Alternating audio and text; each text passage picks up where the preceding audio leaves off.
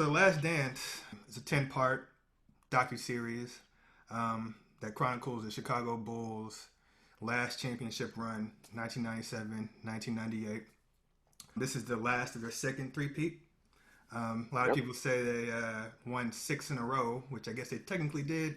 But, as history states, the Houston Rockets won two back-to-back seasons. So that's two three-peats, not six in a row. But, we could talk about that in a sec. It's all good. Just wanted to state that that's a fact. Should have been 8. Ain't no, well, it should have been. It wasn't. It's all good. He was there, but we'll talk about that. So coming into that season, they had won back-to-back championships after Michael Jordan's return from mini retirement, played baseball.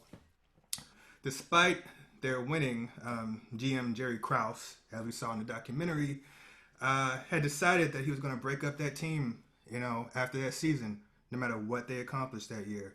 So that prompted then Bulls coach and later Lakers coach Phil Jackson, I think, to dub that season the Last Dance. This is going to be the last time that Mm-hmm. team's going to be together.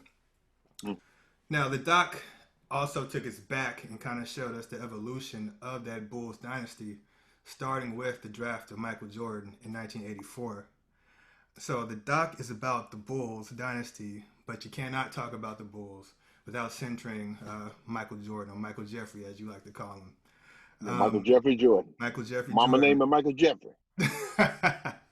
So he plays a central role in that documentary. He is the centerpiece of the Bulls dynasty, and he's going to be the center of this conversation here. So, Jordan's athletic accomplishments have been widely talked about, of course. Mm-hmm. We know what he's done in basketball, and, we know what he means to, athletic culture in general. But, I want to talk about his larger cultural impact. You know, Mm-hmm. to borrow a folkloric term, Michael Jordan is a hero or an anti-hero, depending on your perspective and where you fall. Yeah. He's a legend, and there have been legends or narratives created about him. He's truly impacted the ways of life in particular communities, and I want to talk about that. And I can't think of a better person to talk to about Michael Jordan and sports and NBA or anything really than my friend Deejay Jordan here. I don't know what to say about you, man. You're, a brilliant man, a creative person, one of the kindest people I know, one of the most knowledgeable people I know, and, just an all around good stand up guy. And, I'm happy to be here to pick your brain about Michael Jordan and athletic culture. And I'll let you introduce yourself a little more. You say, tell the people who you are. Just tell the people I'm DJ Jordan, and I consider myself to be a mentor. I work security at a high school in Bloomington High School North, and my wife and I both have an agency, Jordan Family Services, in which we have a contract with DCS and with juvenile probation. So, I get to see kids at their highs and lows, and I enjoy helping them get through all of it. Thank you for having me, Langston. That's what. That's what's up. So, I said we're going to focus on his cultural impact, but I do want to start with athletics. So, Michael Jordan, considered by many to be the GOAT, the greatest of all time, as far as the NBA. You know, I consider him the greatest of all time, I think, though I'm not sure why. I mean, to put into perspective, someone like Kareem Abdul-Jabbar, 6 MVPs, a bunch of championships, scoring leader. I think he's still an all-time scoring leader. But Hmm. I think most people consider Mike the GOAT. So They DJ, in do. your perspective, is Mike the GOAT to you? And if so, why? If not, why not? Well, the first thing people want to talk about is numbers. Abdul Jabbar, of course, was more accomplished on the collegiate level, more accomplished on the professional level, still the all time leading scorer in NBA and per point. But he lacked the one thing that Michael Jeffrey has, man, and that's that charisma. That's that they call Kobe the Black Mamba. But Right. actually, that's a Michael Jordan mentality. Mm. That's where that comes from. Mike was not only a great scorer, he was a great leader. He played on both ends of the floor. He was relentless. See, the thing with Jabbar is Jabbar had to have somebody to give him the ball in order to run the play. Put the ball in Mike's hand and watch the magic. Put the ball in Mike's hand and watch the clutch shot. Put the ball in Mike's hand. He ain't afraid to take it. Hero or the GOAT, he was going to take either one. Hmm. Yeah. I feel that. I feel that. So where would you place a Jabbar? I'm just curious. You know, I got his jersey on right now, so I I see you. I see you. gotta. Where would I place Jabbar? Yeah. Oh, that's tough. That's tough. Um, by the time I started watching basketball Yeah. and really taking watching on television and taking it was back in about 82, 83. Hmm. And of course, you know, he won when he hit that game winning shot against Georgetown. Mm-hmm. See, we live in Fort Lee, Virginia at the time. So we got to watch a lot of ACC basketball. So that's where we started watching him and started watching him as the legend growed and came into what he became now. And it's really hard sometimes when you talk about with putting Jabbar and Jordan in the same category because with my age group and with the games that I watched, I didn't watch Kareem in college. Hmm. And by the time I started watching him, and you know, they talk about when Magic Johnson and Larry Bird both came in 1979, and they came and Magic had that magical run, and they won the championship his rookie year. Had 42, 43 points in one game. Mm-hmm. I think when Jabbar was out, Yeah. Jabbar was already past his prime. Hmm. So I didn't get a chance to really watch him from the time he came from out of Power Memorial in high school and the time he came to UCLA. I didn't get to watch those games. But see, I seen Michael. Mm-hmm. And that's what I kind of go by based on who I watched grow up and play and the whole nine. Now, you bring my dad on, and my dad is more likely to tell you that Jabbar was the best. That's what he looked at in that era. And this era, I looked at Michael. People want to compare him and LeBron, and you can't. Now, don't get me wrong. I like LeBron. Uh-huh. I just like Michael just a little bit better. I watched LeBron play and develop too, and I'm not hating on him. I'm not. But Michael is the guy for me. Hmm. So this is sort of a generational thing, in part. It's generational. You know. Generational. You got that, what's his name? Imani Bates. Have you heard that name? Yeah. Oh yeah. Yeah. I have. Yeah. Yeah. What's everybody saying about him? They're already making predictions. He's as good as LeBron. He's Hmm. going to be the next LeBron. We don't know. We don't know. I've heard the same thing about Harold Miner. I've heard the same thing about Vince Carter. Michael is not an everyday guy that's coming along. Kobe Bryant would tell you, and he's the closest thing to Michael, in my opinion. But he'll tell you that if you're watching him, you're watching Michael Mm-hmm. because he emulated the way Michael walked, the way Michael wore his knee band, the way Michael talked and interviewed, that deadly turnaround jumper. I mean, he's Michael Light to me. But you're going to have generational players that will come along and say that they think Kobe is better than Mike. Mm-hmm. So it's going to forever be a debate. But just if you're asking me, in my humble opinion, Michael, MJ all day, every day over here. That's funny you mentioned Imani Bates. I play with him in my 2K franchise. But anyway, How um, you got him on a 2K franchise and the boys man, in 10th grade? dog, you get you download the draft classes. People create all the draft classes on the Well, come on, man. 2025. I'm 50 years old, man. I ain't know anything about that. Man, we'll talk about it. We'll talk about We'll it. talk about it. I'm going to get on it tonight. Because I got that Cunningham kid. Anyway, we'll talk about that. Mm-hmm. Um, Mm-hmm. but you know, one more thing about Don't y'all worry here, about what's in my red cup either. ain't my business. Ain't my business. One more thing about sport. You know, if Mike is the goat for you, who's come closest to him? Is it Kobe, LeBron? Who is it? Why? LeBron. Okay, LeBron. why? 6'8", 260. runaway freight train, finesse, power. He can bring it either way. Mm. Um, to people who say that he couldn't have played in the '80s, couldn't have played in the '90s with that style of ball, with the New York Knicks and that brutal ball that they brought, with the Detroit Bad Boy, he's still 6'8", 260, and he would be a problem for anybody in a matchup, Mm-hmm. except Michael Jeffrey Jordan. So it's LeBron's sheer skill and physical abilities, but Kobe has five Mm-hmm. rings, and he has the Mamba mentality that you said is, you know, Yeah, Jordan 2.0. So yeah. where does he fall here? Who? Kobe? Kobe, yeah, Three, three. number three. But see, here's the thing: you gonna ask a big man who's the best. They're probably gonna say Kareem.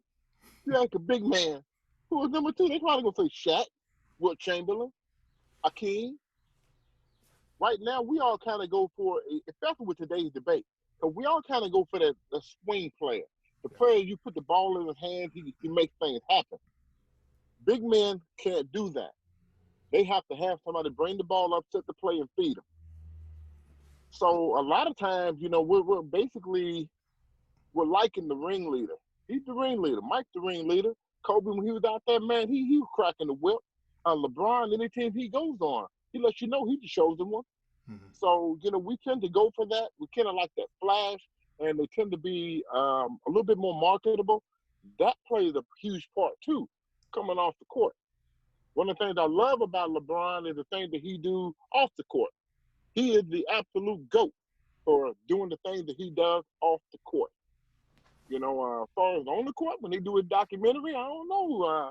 He may have to talk about them 6 losses. He may have to talk about trading his whole team, everything else. So, All right. anybody who's being critical of Michael with a documentary, as far as how it left you looking at his perspective and the things he's done, LeBron, hey, he got some things too he got to talk about. I feel you. I feel you. So again, I don't know of a bigger Michael Jordan fan than you, and so I mean, Ain't how none. you dress right now. Who's that? Oh, no, ain't none. Ain't Ain't none. nobody a bigger Mike fan than me. Don't make me get up here and go out and get them damn shoes.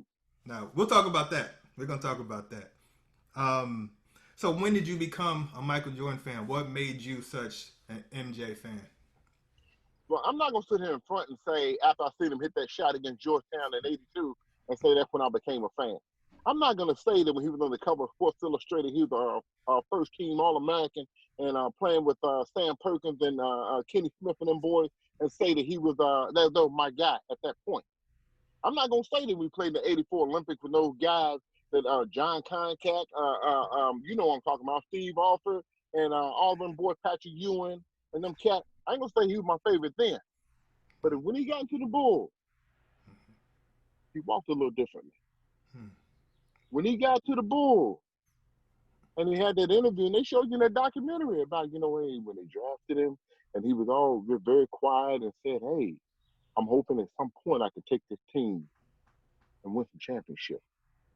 We'll see. And boy, did we ever. And did we ever.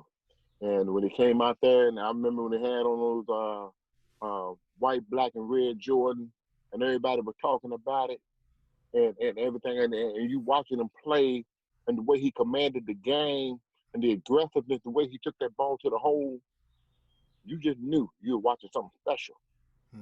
manifest before your eyes. And then you said to yourself, I said to myself, man, I won't pair them shoes. Now, they did do that tagline with Spike Lee with Be Hmm. Like Mike. No, I was naive enough to think I'm gonna be like Mike. I ain't no 6'6", can't play ball like that. But I did dig the shoes. Hmm. And that was one part that you could have the connection with Michael, with the shoes. I remember trying to get my first pair. And Daddy said, I ain't paying no $80 for no shoes, man. I went out there and cut grass. Fort Knox, Kentucky. I would go in Van Boy's Manor and go from house to house to house, cutting $10 a shot. They ain't paying no money back then, but $10 a shot. And when I had enough, I went up to the post exchange, bought myself a pair. Been hooked ever since with the shoes. Mm, mm. That's a strong memory. So, keeping with that, what are some of your favorite Michael Jordan moments? Man, my favorite moment was, and I like to tell people this, when he was on national TV and did the Rockabye Baby.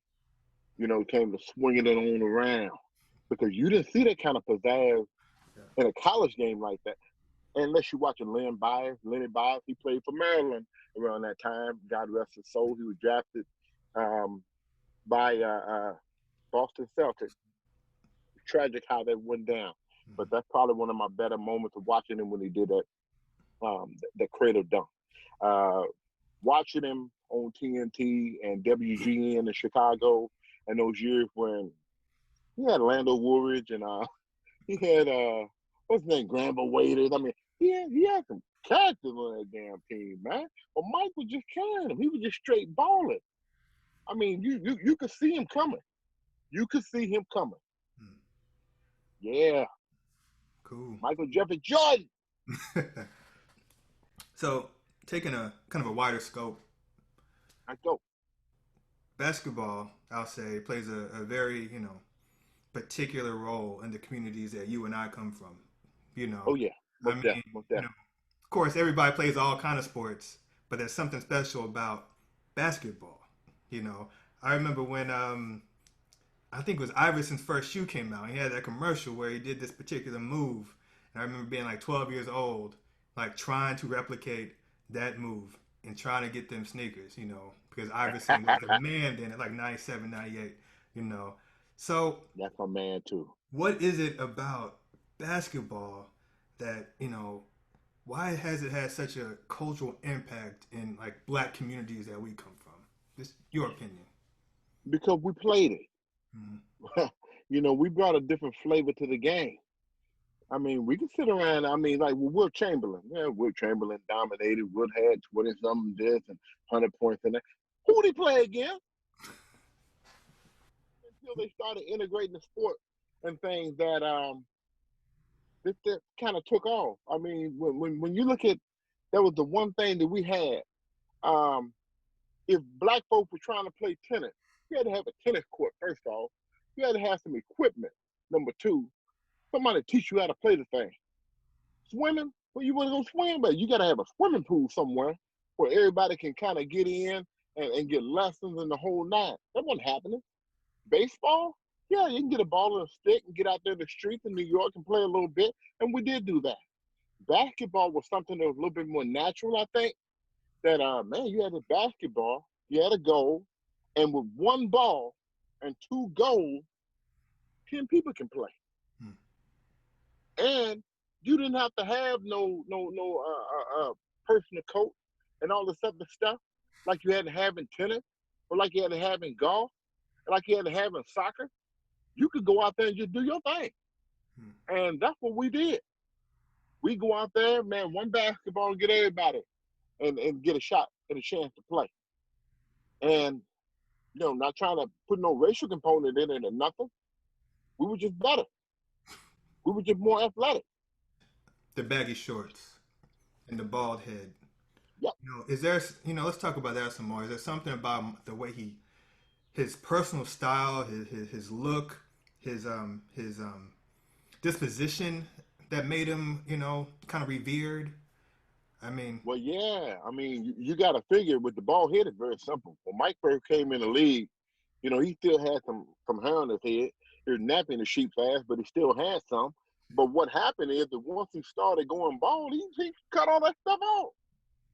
I don't blame him. Because I'm gonna tell you this right now: when you walk around and look at the big thing coming in the early '90s was the Fab Five, mm-hmm, and you remember them, and you remember Nolan Richardson and his boys back in Arkansas Razorback. mm-hmm, To be bald head. yep. He had to have all kind of good hair. People with good hair were just shaving their heads off. I wish Trey Young would do that. That's another whole story. But I'm gonna tell you something. When these cats started shaving their heads, and then they started putting on the big baggy pants, because Michael wanted to wear North Carolina. I'm repping North Carolina all day, every day. When they had him on there, he was putting on his shorts underneath of Chicago Bulls shorts. That's Mm-hmm. why he wanted to wear them.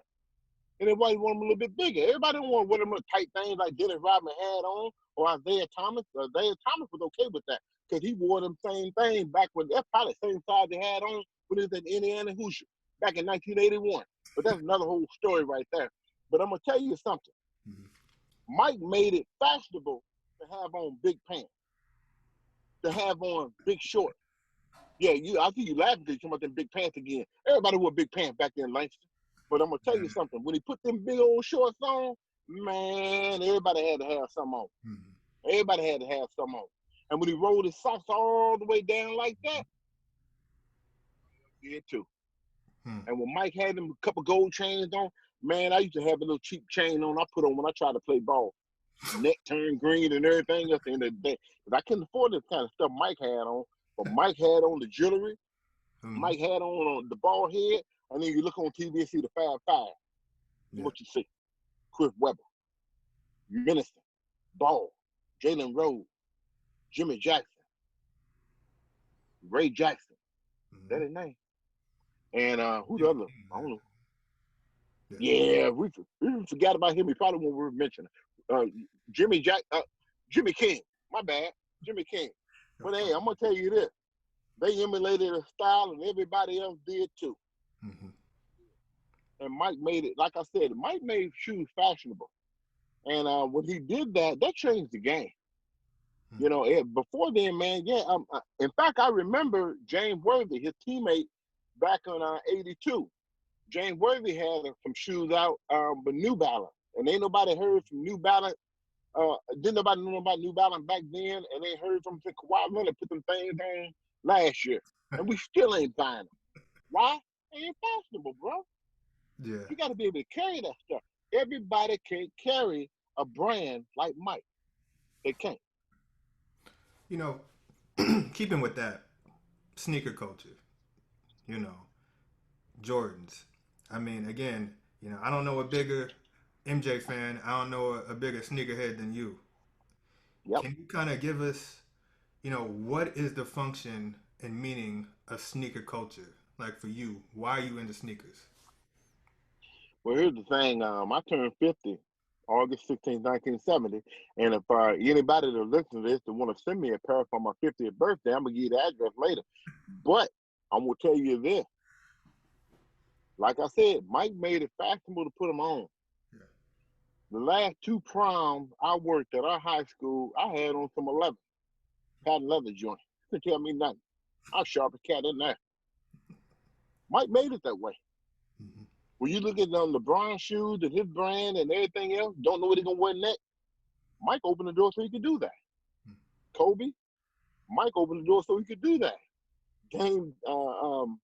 What's his name? Damian Lillard, Mm-hmm. and out of Portland, Mm-hmm. Mike made it possible so he could do that.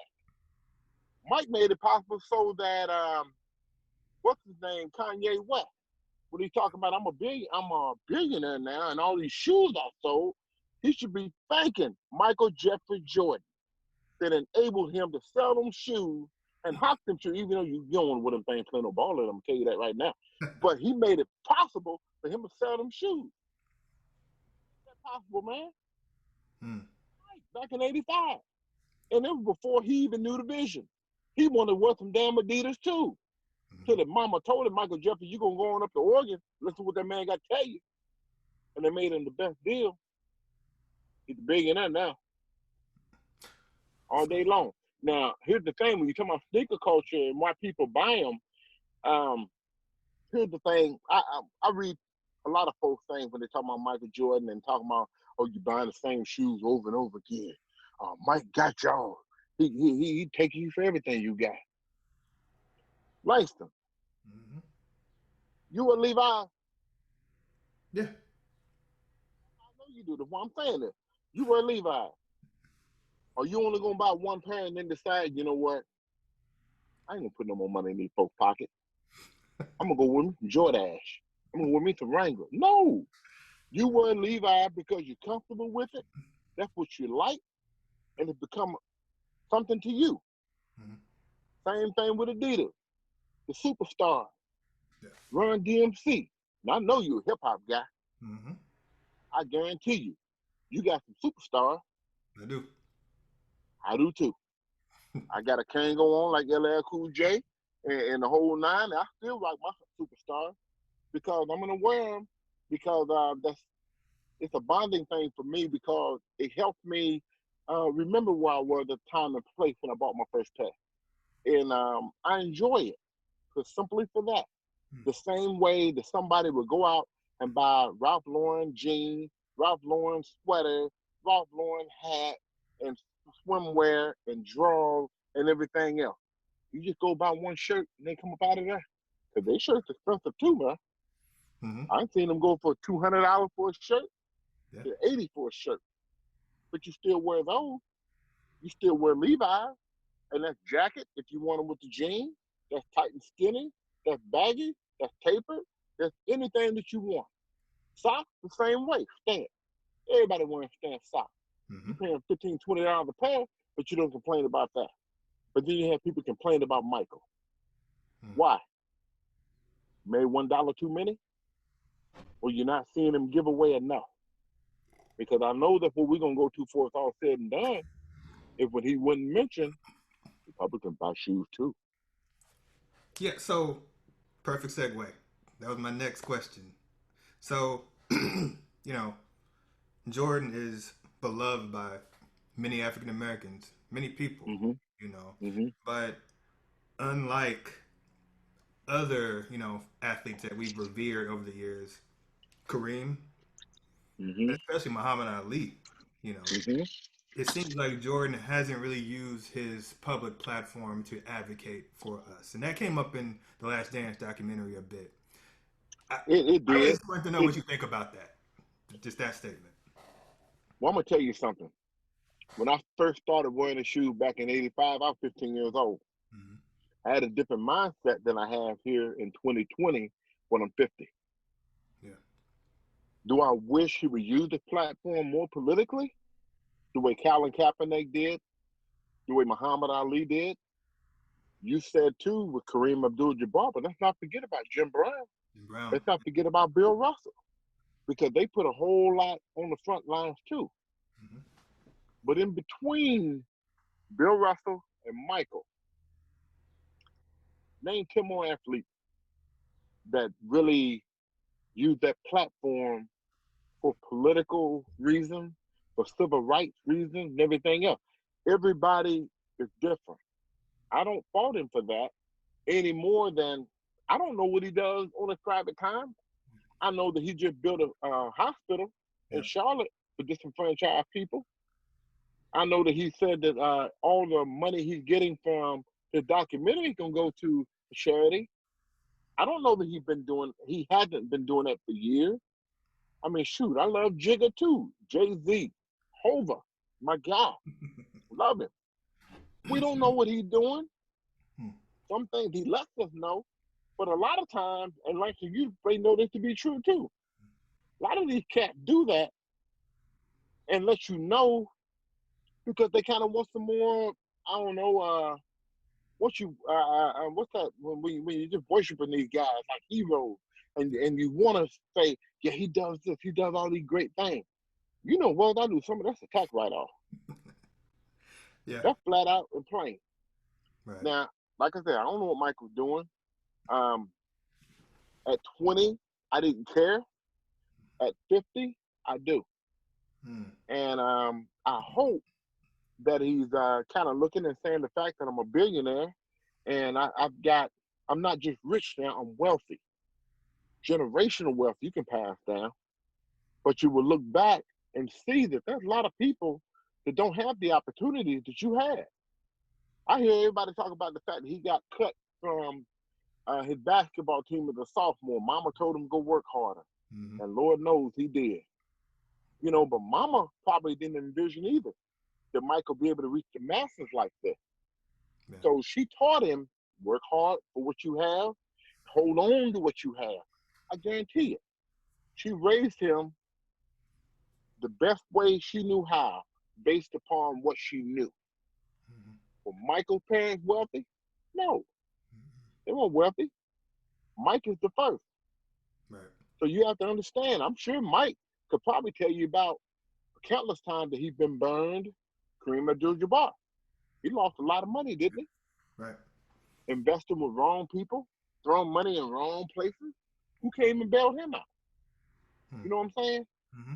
Let's go in the other. You can go in all other figures all the time. I know you love Scarface from Getter Boys. I love Scarface from Getter Boys. He landed up in there with the coronavirus. Mm-hmm. Did he have the money to pay for all that stuff? Right. You know, did he own his master?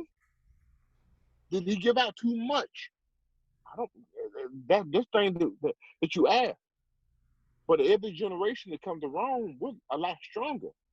I think that because of the way Mike came up in building his brand to where he is now, is why LeBron can do what he's doing now. Hmm. LeBron out there building schools, he's Right. doing wonderful things. He's selling shoes the way Mike did. He's donating.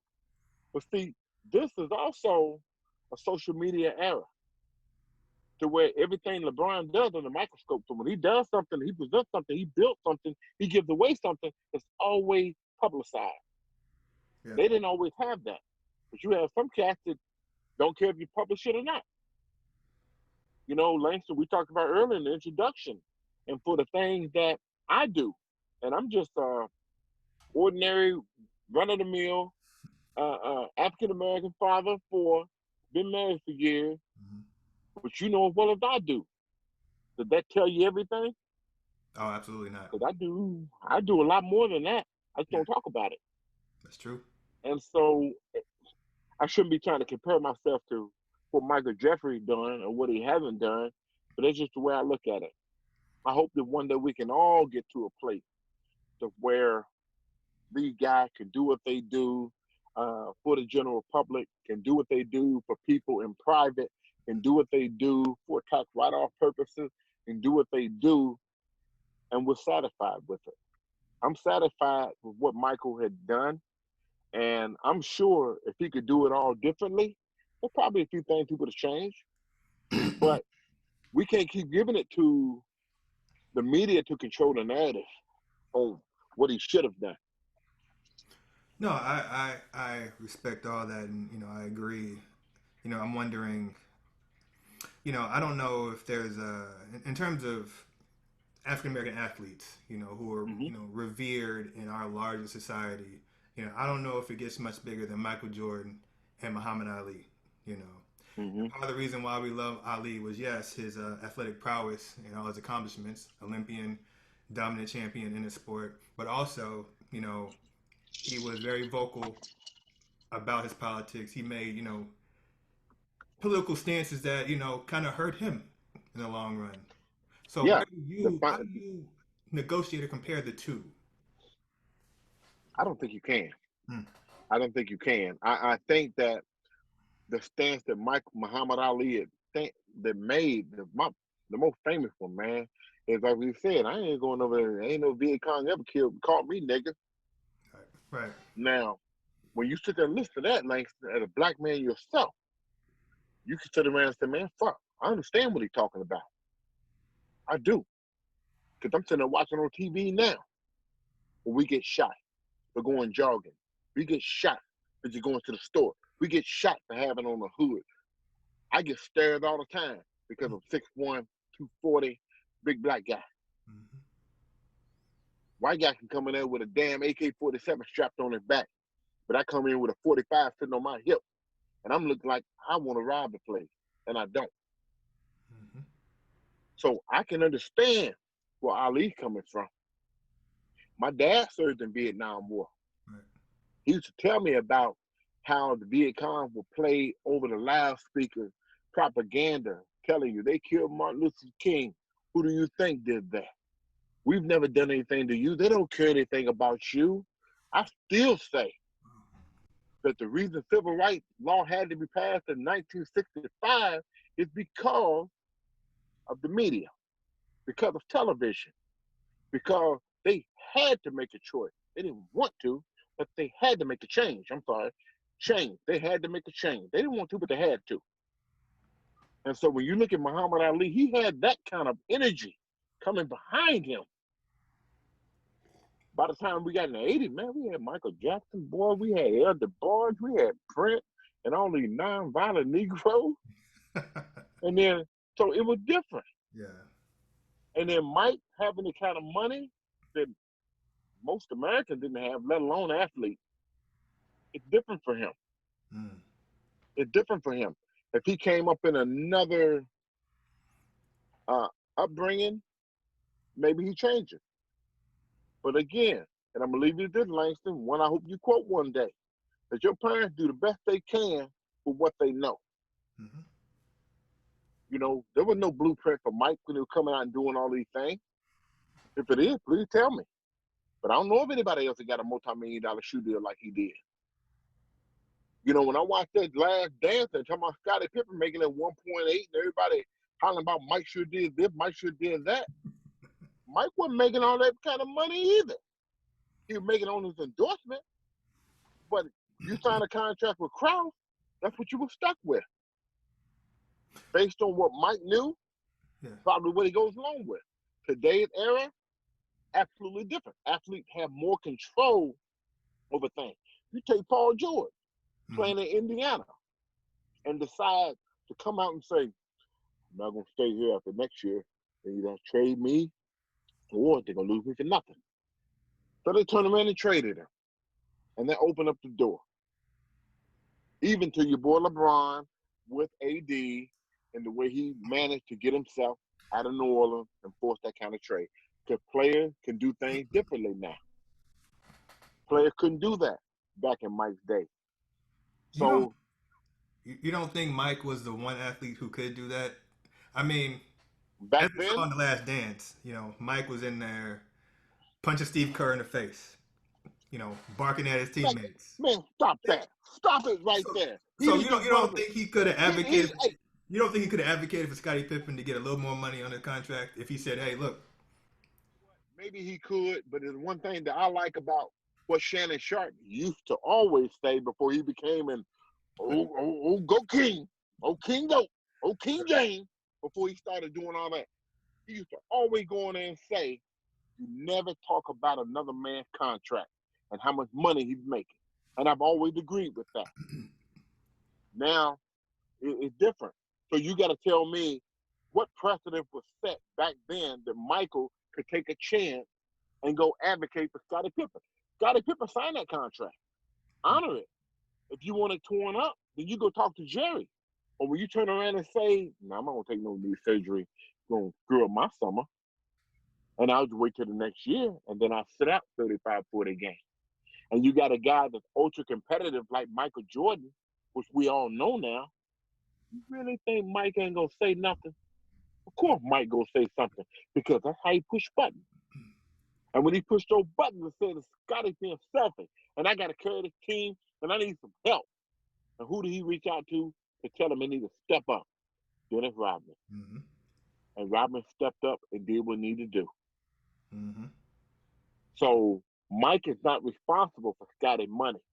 What Mike was helping him and propelling him up front. And Mike was the sixth and seventh highest paid person on the team. Who the hell stood up for him? that's true. Nobody. That's true. Again, you're going based on the blueprint. Mike didn't sit that down for anybody else. Do you think Magic was in there standing up for Kareem when Kareem years were waning and saying, you know what? I really wish that y'all would pay the captain what they call them captain. And Mm-hmm. what wish they pay the captain what the captain should be deserved. But everything he's done in all these years, he hasn't. And he didn't do that. And now we sit around and talk about Magic buying small parts and ownership of the Dodgers, of the Lakers, and whatever else the hell they want to do. In fact, I looked on TV today. He's talking about his company trying to give out $100 million in loans. Yep. Kareem, last I heard, was selling championship rings, man, because he ain't had no money. So what Magic I got thought doing that that, was, I thought hold that his was for ass charity responsible though. too. Huh? I thought Kareem was selling them rings for charity.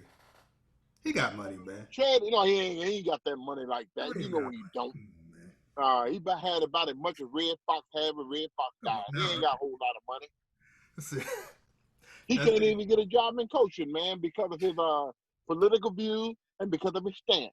And Kareem is probably one of the most intelligent men. And I've read his book Yeah. and I've listened to his lecture. Mm-hmm. He is intelligent. Oh yeah. But did that land him a job? Did that put a whole lot of cash in his pocket? No, it doesn't. Right. And it's a travesty because it should. Mm-hmm. Mm-hmm. Everybody talking about Zion, the next big thing. Boy, y'all better pay Kareem. Um, on a lighter note, one thing that the documentary brought to light was I guess, the importance and presence of trash talking and shit talking amongst NBA players. There was Uh-huh. that fun interaction between Jordan and Bird and Magic, Uh-huh. during the Dream Team era and stuff like that. So, you know, can you talk about and you're a solid trash talker yourself, or shit talker, if you want to call it that. No, not You're me. pretty good. You're pretty good. So, can you talk about, where that comes from and the purpose and motivation for verbally sparring with your opponents and even with your friends? Can you talk about that a bit? Man, if I sat here and had to talk to Dr. A.B. or so, Dr. A.B. would probably trace some of the trash talking that goes back into playing the dozen. And probably go back into the thing that made us stronger when we played on the blackboard, on the blacktop playing basketball, that we talk trash to each other. Sometimes people laugh to keep from crying.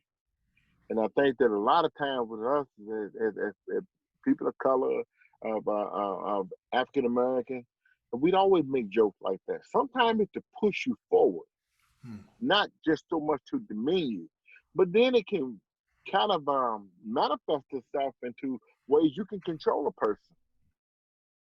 Magic, Michael Jordan walking into the Atlanta Hawks room and asking them, "Hey, y'all better lace them up. It's gonna be a long night." To the Washington Wizards, when he tells Chris Webberman coming by while he's leaning on his Ferrari with Scottie Pippen, "Who guard me tonight?" Those kind of mental games that people play. Langston, you hear the same thing in rap music. You hear the same thing with the blues. You hear the same thing in this black culture. Uh, so some of that come from that, and I say that because I don't think that it was I can't even name a player in the NBA before we got there. The trash, but I can tell you about like Satchel Paige, your baseball guy likes them. When Satchel Paige will walk and get the whole bases loaded. For y'all young folks that's watching this, Leroy Satchel Paige, he would sit around and he would walk the guy to first, walk the guy to second, walk the guy to third, then tell everybody else to sit down, and he strike everybody out, snatch your soul from you. That's what you remember the most. And it's the same thing in basketball. When they stand out there and they playing, when you can back it up, you're forced to be reckoned with. And when you Michael Jeffrey Jordan and you do the talking and the walking, you control the whole room. Before you know it, you ain't control the whole room. You control the whole practice. You don't control the whole practice. You control the whole game. You control the whole game. You control the whole league. And that's what he did. That's what make him the GOAT.